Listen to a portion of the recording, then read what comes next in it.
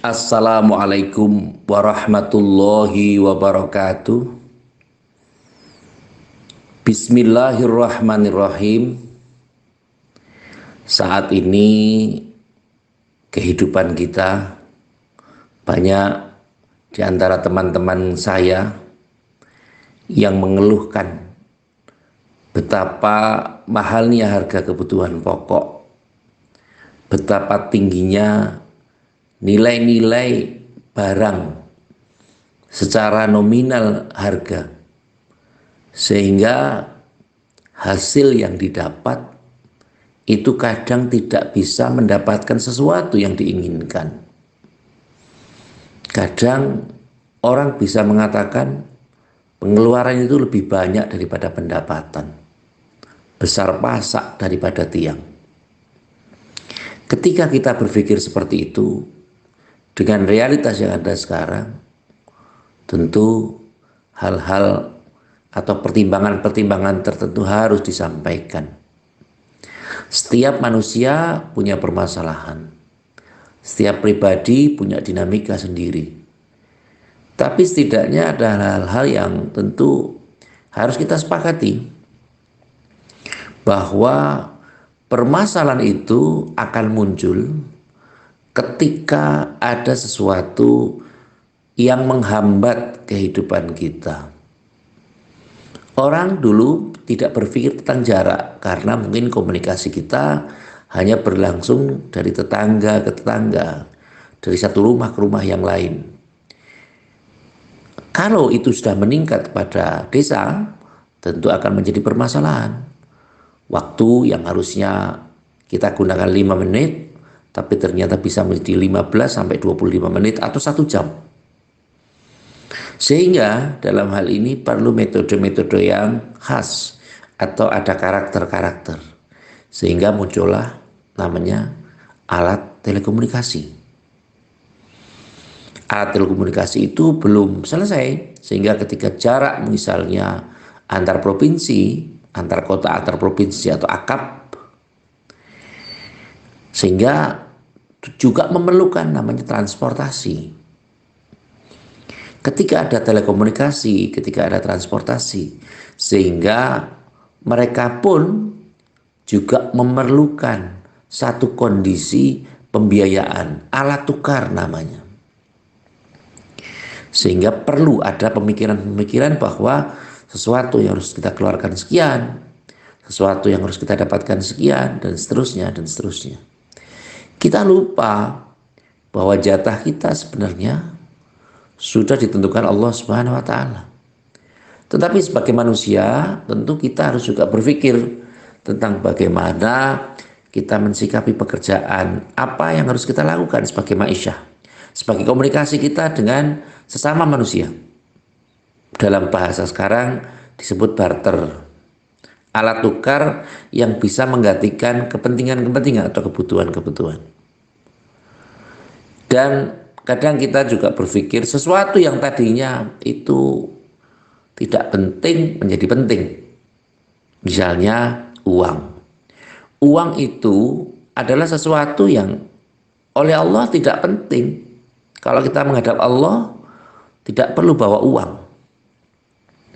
Tidak perlu membawa sertifikat, tidak perlu membawa BPKB, tidak perlu membawa hal-hal yang sifatnya baik itu uang kartal, uang giral ataupun alat-alat yang lain.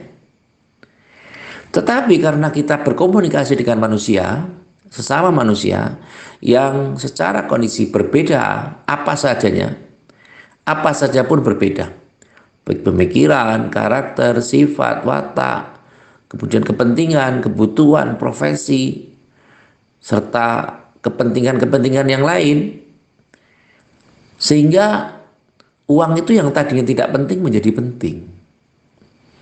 Sehingga kadang orang juga berpikir, ya Allah, ini kadang kok orang kok mencari uang kok banyak mudahnya daripada sulitnya.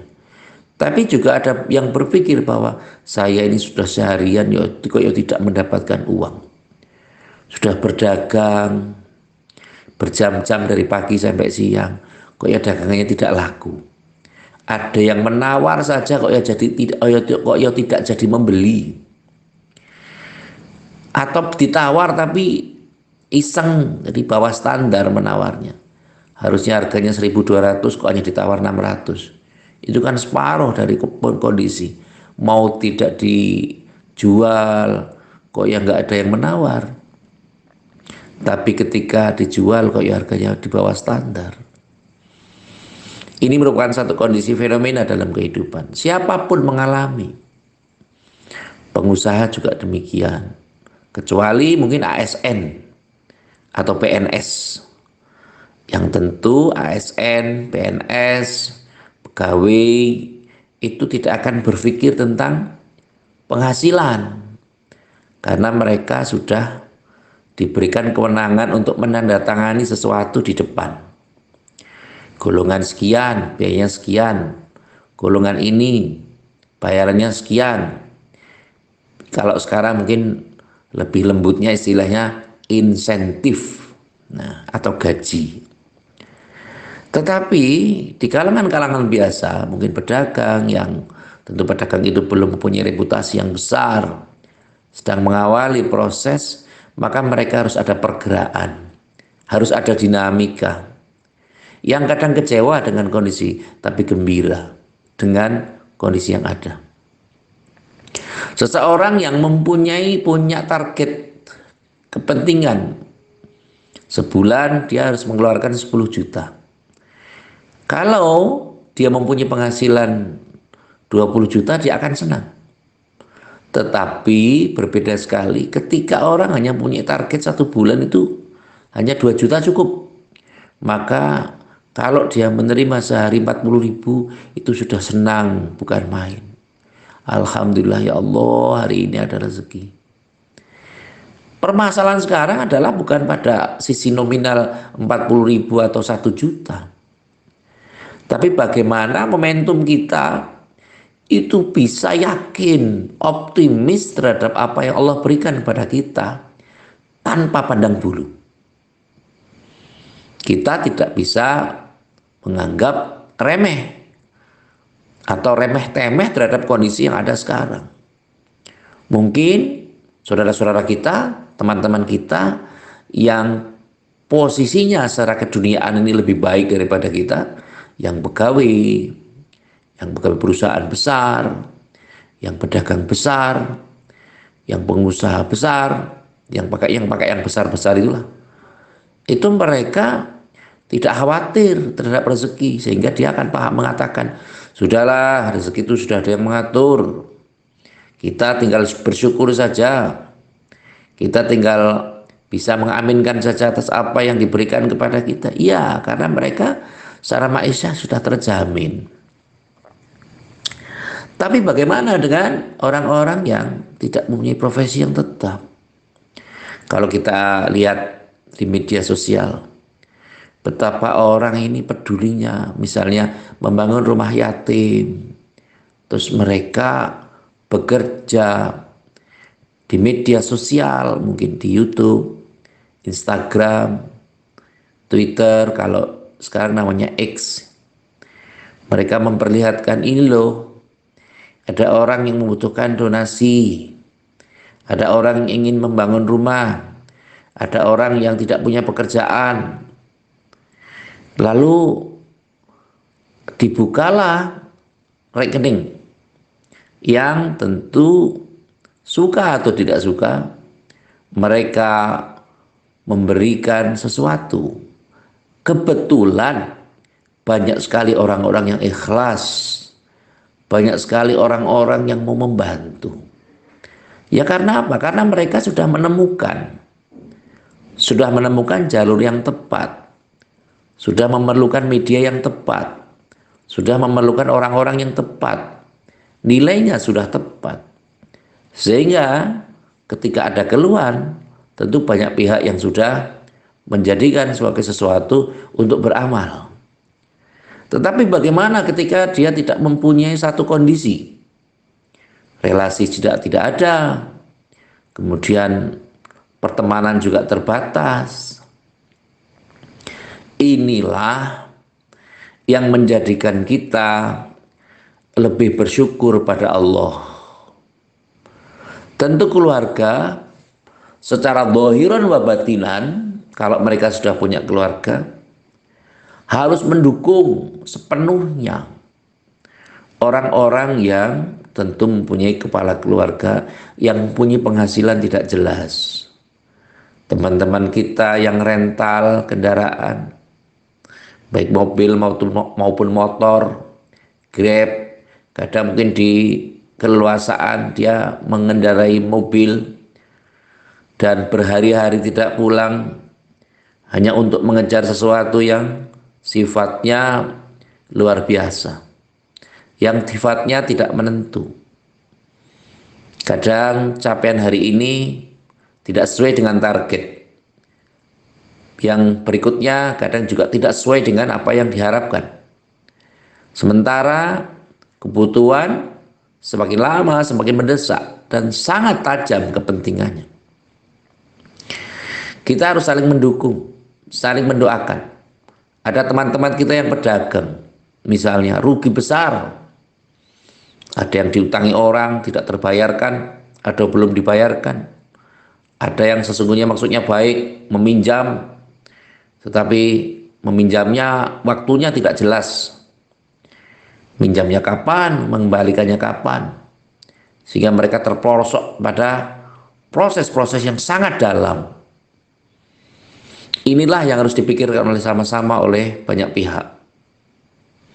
Kita harus betul-betul ikhtiar. Kalau kita tidak punya keahlian bagaimana? Allah Maha Pengasih dan Maha Pemurah. Dan Maha Pengasih itu tidak pilih kasih. Orang yang giat beribadah juga dapat rezeki. Orang yang kadang ibadahnya kadang beribadah, kadang tidak, secara dohiron, ya juga dapat rezeki. Orang yang sama sekali tidak beribadah juga dapat rezeki. Muslim ya dapat rezeki, non muslim juga dapat rezeki. Artinya apa ya? Segala sesuatunya Allah pasti berikan sesuatu yang berbeda dari yang lainnya. Tapi intinya masing-masing masih punya peranan untuk mendapatkan rezeki Allah Subhanahu wa taala. Jangan sampai mencemaskan orang lain, karena diri kita sendiri pun belum pasti bagaimana kondisinya. Yang terpenting sekarang memotivasi diri untuk selalu berikhtiar apapun hasilnya. Ketika belum cukup, ya kita berusaha untuk bersyukur atau setidaknya bersabar. Kalau memang tidak cukup, kita harus berusaha untuk memberikan hal yang positif terhadap diri kita. Jangan sampai dalam bahasa sekarang, kalau tidak cukup kita kritik atau dihujat. Ini yang sangat membahayakan. Kadang kekufuran ini dekat dengan kemiskinan. Kanjeng Nabi ngendika, kadzal fakru ayakuna kufron. Kalau memang bisa demikian tentu akan sangat menyedihkan. Terutama mari kita saling peduli satu dengan yang lain. Masing-masing punya kepentingan. Masing-masing ada keinginan-keinginan untuk lebih baik dari waktu ke waktu. Tentu yang sudah mempunyai penghasilan tetap harus mendoakan yang lain yang masih biasa-biasa supaya tetap ada penghasilan yang cukup. Bukan yang banyak, tetapi yang cukup. Kondisi ini siapapun memperjuangkan. Kita harus berupaya melatih diri, mentalitas pribadi kita untuk selalu berjuang kapan saja dan di mana saja. Sulit bagi yang belum melakukan. Tetapi insya Allah kalau kita perjuangkan hidup kita, dengan semangat bahwa kita akan hidup untuk mencari rezeki dari Allah Subhanahu wa taala. Kalau orang yang keramat itu sudah dikirimi rezeki. Jadi tidak mencari, mereka tidak mencari. Karena mereka sudah Allah percaya untuk diberikan rezeki. Kapanpun dan dimanapun dia berada. Kita harus ingat bahwa ayam, burung, cicak yang di dinding pun itu ada rezekinya. Dan itu merupakan satu kondisi yang percontohan bagi kita. Tidak boleh putus asa. Andai kata mungkin sekarang ada kegiatan-kegiatan yang harusnya menghasilkan, tetapi kok ya tidak menghasilkan, ya tentu ada sesuatu yang harus dikoreksi. Sabar dulu. Karena kalau bahasanya sekarang jangan tergesa-gesa untuk mendapatkan sesuatu. Tapi bagaimana kalau mendesak, Pak? Permasalahannya adalah mendesak atau tidak itu tergantung pada kepentingan. Sehingga dalam hal ini pengertian-pengertian dari beberapa pihak tentang rezeki ini harus dikondisikan. Kalau dulu rahmat Allah ini dipahami adalah untuk bagaimana kita bisa memahami Al-Quran, bagaimana bisa memahami ayat-ayat Allah Subhanahu wa ta'ala, hadis Kanjeng Nabi Agung Muhammad Shallallahu Alaihi Wasallam. Kalau sekarang orientasinya agak berubah. Rahmat Allah itu kaitannya dengan uang. Ya Allah, saya tidak punya uang. Ya Allah, rezeki saya kok begini. Mengeluh saja pada Allah Subhanahu wa taala. Tetapi hakikatnya adalah bahwa masing-masing kita harus mempunyai transformasi positif untuk mengubah pola hidup kita dan gaya hidup kita. Jangan menyerah, jangan hanya mengeluh, tapi lakukan sesuatu yang bisa dilakukan tentunya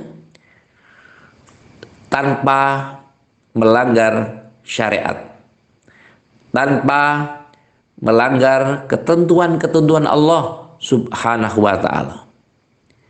Nilai ini penting untuk dipahami semua pihak. Kadang orang berpikir, ya karena mereka sudah mempunyai kepastian dalam kehidupan. Misalnya ada pembiayaan hidup yang jelas, ada penggajian yang pasti, ada orang yang menanggung kehidupannya, sehingga mereka bisa saja memberikan alibi pada orang lain, kamu itu malas kerja sehingga tidak ada hasil, kamu itu tidak mau beraktivitas maka tidak ada hasil, kamu itu tidak mau berkarya sehingga tidak ada hasil. Seakan hal-hal yang kita lakukan atau yang dilakukan itu salah semua. Padahal sebenarnya kalau kita telisik lebih dalam, apakah benar pun kondisi seperti itu? Ya tidak semuanya benar. Kalau kita sudah mengerti bahwa kegiatan kita yang tidak semua benar ini, kadang yang dipendapatkan A begini, yang seperti halnya yang tadi saya sampaikan, ini menyebabkan sesuatu yang harusnya meningkatkan motivasi kita, pengharapan kita pada Allah Subhanahu wa taala. Ketika berdoa ya lebih serius. Seriusnya seperti apa? Ya minimal tidak meremehkan atas apa yang telah kita miliki dan telah kita rasakan. Sehingga kalau kita bisa menyampaikan hal ini pada orang lain, tentu harus juga kita semangati pada diri kita. Saya misalnya banyak menyampaikan pada teman-teman yang berkeluh kesah kepada saya. Dalam bahasa sekarang namanya konsultasi. Ada yang berkonsultasi tentang bagaimana kehidupannya. Tentu orang itu tidak akan mendapatkan sesuatu yang berbeda ketika hal-hal ini telah dilakukan. Tetapi banyak juga mungkin kita diuji Allah Subhanahu wa taala, bagaimana tingkat kesyukuran kita. Sehingga pola yang ada sekarang adalah bagaimana kita bisa menikmati hidup secara baik dengan cara-cara optimal. Kita bekerja sesuai dengan kemampuan dan keinginan kita. Keikhlasan kita perlu juga ditanamkan, sehingga tentu kita tidak berlebih-lebihan dalam mengerjakan apapun. Kalau mahfuzat Arab mengatakan khairul umuri awsatuha, sebaik-baik perkara tentu yang di tengah-tengah atau yang pertengahan saja. Tidak terlalu ngoyo, tetapi juga tidak terlalu santai, atau bahasa sekarang namanya santuy. Sersan, serius tapi santai. Ada nilai-nilai ibadah yang harus kita lakukan secara maksimal. Kemampuan kita apa? Ya yang kemampuan mengajar ya mengajar, yang berdagang ya berdagang. Tapi jangan ngemplang. Jangan lupa nun sewu. Sekarang ini banyak saudara-saudara atau teman-teman kita ini yang hidupnya sudah sulit, tapi kok ya bisa mempersulit orang lain.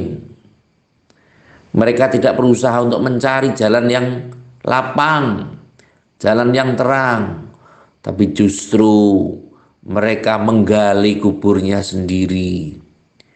Kadang ada yang menggunting dalam lipatan, memanfaatkan kesempatan di dalam keluasan, atau bahkan kesempatan dalam kesempitan. Itu sesuatu yang sangat ceroboh. Oleh karena itu nun sewu, yang mempunyai sesuatu yang luas, rezeki yang panjang, yang mungkin banyak, yang berkah, berilah kesempatan kepada yang lain. Kalau misalnya nun sewu, ada orang yang berhutang, yang hutang saja sabar, masuk yang dihutangi tidak sabar, cenderung pada situasinya. Berikan pengertian. Nun sewu, yang punya hutang banyak, jangan berusaha untuk ngulur-ngulur waktu. Jangan berusaha untuk menunda-nunda. Kalau memang bisa membayar, ya membayar. Kalau belum bisa, ya mencicil. Jangan belas, kata orang sekarang. Sama sekali tidak dibayarkan. Ini sesuatu yang berbahaya. Dan selain membahayakan diri kita, juga membahayakan orang-orang di sekitar kita. Iya ya, kalau punya asuransi, punya pertanggungan, punya apa yang bisa diandalkan. Karena yang tidak bisa kita semaya ini adalah maut, kematian. Suatu ketika kalau ajal kita sudah sampai dan kewajiban-kewajiban kita belum diselesaikan atau belum kita selesaikan, maka itu yang akan menghambat diri kita. Hisab kita di Allah Subhanahu wa Ta'ala akan sangat berpengaruh terhadap amaliyah kita. Sehingga nun sewu, yang loman ya kita harapkan tetap lomo. Kita perhatikan, siapapun membutuhkan hidup, siapapun membutuhkan kondisi-kondisi yang sama dengan mereka. Kiai juga sama, kiai juga butuh makan, ulama juga butuh dahar, kiai juga butuh dahar. Siapapun yang ada di dunia ini pasti membutuhkan dunia. Tidak ada yang luput dari dunia ini. Karena pagi pun butuh dahar, siang pun sama. Sebagaimana pernafasan atau udara, oksigen. Mungkin kita bisa tertawa-tawa sekarang, bisa bernafas dengan lega. Tapi bagaimana nasib teman-teman kita yang sekarang ada di rumah sakit, yang mungkin mengalami kerusakan di parunya, jantungnya, di levernya, sehingga nun sewu mau bernafas saja susah. Ya Allah, mau menarik nafas saja susah. Mereka perlu bantuan tabung oksigen. Berbicara saja terpatah-patah, terbata-bata. Tidak bisa loh seperti kita sekarang berbicara. Betapa sulitnya orang untuk bisa menyampaikan kata-kata. Dan ini membutuhkan bantuan. Ada pula teman-teman, saudara-saudara kita yang mungkin sulit bicara. Mereka harus terapi bicara, dan terapi bicara itu bayar, harus membayar. Tetapi kita di rumah, di masjid, di mana, wah itu bisa leluasa. Ngomong jorok juga bisa, naudzubillah. Miso juga bisa. Kadang hal-hal yang terpenting juga kita keluarkan dari lisan kita. Momentumnya bisa kita buang secara sia-sia. Tapi bagi mereka yang punya hambatan, handicap, mereka sangat-sangat hati-hati dalam menyampaikan sesuatu. Maka yang demikian ini perlu kita perhatikan, perlu kita sikapi sama-sama. Tidak ada gading yang tak retak. Semua pasti mempunyai kekurangan. Tetapi mari kita support satu dengan yang lain. Saya itu sering justru mendapatkan pembelajaran dari orang-orang sekitar saya. Mereka banyak bersyukur, kadang mungkin gajinya satu hari ya, mungkin tidak ada 2 juta. Tapi mereka itu ya banyak, mungkin sering-sering mengadakan mayoran, mungkin makan-makan, mungkin di masjid, teman-teman diajak untuk minum, untuk makan, untuk ngopi bareng di masjid, mungkin ngajak di warung, harganya tidak seberapa. Tetapi karena tingkat kesyukurannya tinggi sehingga sesuatu itu menjadi luar biasa. Kita harusnya demikian. Kalau penghasilan kita masih kurang, ya kita tentu harus berikhtiar sebisanya. Kita bermunajat pada Allah. Jangan sepi untuk berdoa pada Allah. Meminta, ya Allah, kita punya tanggungan yang besar. Saya mempunyai tanggungan yang luar biasa misalnya, yang besar. Semoga Allah cukupkan. Ini yang menjadi perhatian kita sama-sama. Dan harus kita lakukan sesuatu. Dan jangan bergantung pada makhluk, itu kuncinya. Kalau kita hanya sekedar bergantung pada makhluk, tentu kita harus siap kecewa atau dikecewakan. Maka mari kita berbesar keyakinan kita untuk bermunajat kepada Allah Subhanahu wa taala semampu kita, tapi jangan lupa bekerja sesuai dengan profesi kita masing-masing. Jangan memaksakan diri untuk bekerja sesuatu yang tidak kita kuasai. Misalnya tidak bisa nyopir, kok pinjam mobil kemudian nyopir, ya akan mencelakakan yang lain. Dilelah baru berjalan 3 kilo, keliru, harusnya rem jadi gas, dan seterusnya. Itu akan menjadi mencelakakan orang. Dan jangan berharap pada sesuatu yang tidak pasti. Wah, hari ini mudah-mudahan adanya nyaur utang. Sudah utang dengan kita bertahun-tahun misalnya. Tapi mereka lupa membayar. Kalau ditagih tar, sok gitu. Kalau udah nantar ya besok, nanti, bulan depan, tahun depan sudah menentukan hari. Tapi tujuannya adalah untuk mengulur-ulur permasalahan. Ini yang harus kita sikapi sama-sama, dan kewaspadaan ini perlu kita lakukan. Yang terpenting adalah mari kita satukan pikiran kita, saling mendoakan. Monggo kita saling memberikan support satu dengan yang lain, saling memberikan motivasi positif terhadap yang lain. Jangan ngendon-ngendoni, apa itu bahasa Jawa, bahasa Indonesianya. Jangan membuat orang patah arang, putus asa, dan depresi terhadap apa yang kita sampaikan. Mungkin kita mempunyai sesuatu yang lebih baik, dan jangan menghina pada orang yang mempunyai sesuatu yang belum baik. Kita jadikan diri kita sebagai parameter untuk siapa? Untuk diri kita sendiri. Allah Subhanahu wa taala pasti akan memberikan pertolongan kepada kita, dan kita harus yakin itu. Kapan saja, di mana saja, Allah akan memberikan rezeki kepada kita min haitsu la yahtasib, dari sesuatu yang tidak kita duga dan dari arah yang kita tidak perkirakan sama sekali. Mudah-mudahan di hari ini dan berikutnya kita diberikan semangat oleh Allah Subhanahu wa taala untuk bisa mensikapi hidup secara baik, secara positif dan kritis, serta kita jangan jauh-jauh dari rahmat Allah Subhanahu wa taala. Kita harus terus bermunajat kepada Allah untuk bisa mendapatkan sesuatu yang terbaik untuk diri kita dan keluarga kita, serta orang-orang yang terdekat dengan kita. Amin, Allahumma amin. Yang terakhir, seperti biasa, mari kita kencangkan kembali, kita semangati kembali, kita rajut kembali silaturahim kita dengan sama-sama dan saling mendoakan. Semoga Allah Subhanahu wa taala memberikan kemudahan-kemudahan pada teman-teman kita, pada saya, pada Anda, pada siapapun yang mengalami kesulitan. Semoga Allah Subhanahu wa taala memberikan kemudahan. Ketika ada yang punya hutang yang besar, semoga Allah Subhanahu wa taala memberikan kesempatan untuk melunasi hutang kita sebelum ajal kita dipanggil Allah Subhanahu wa taala.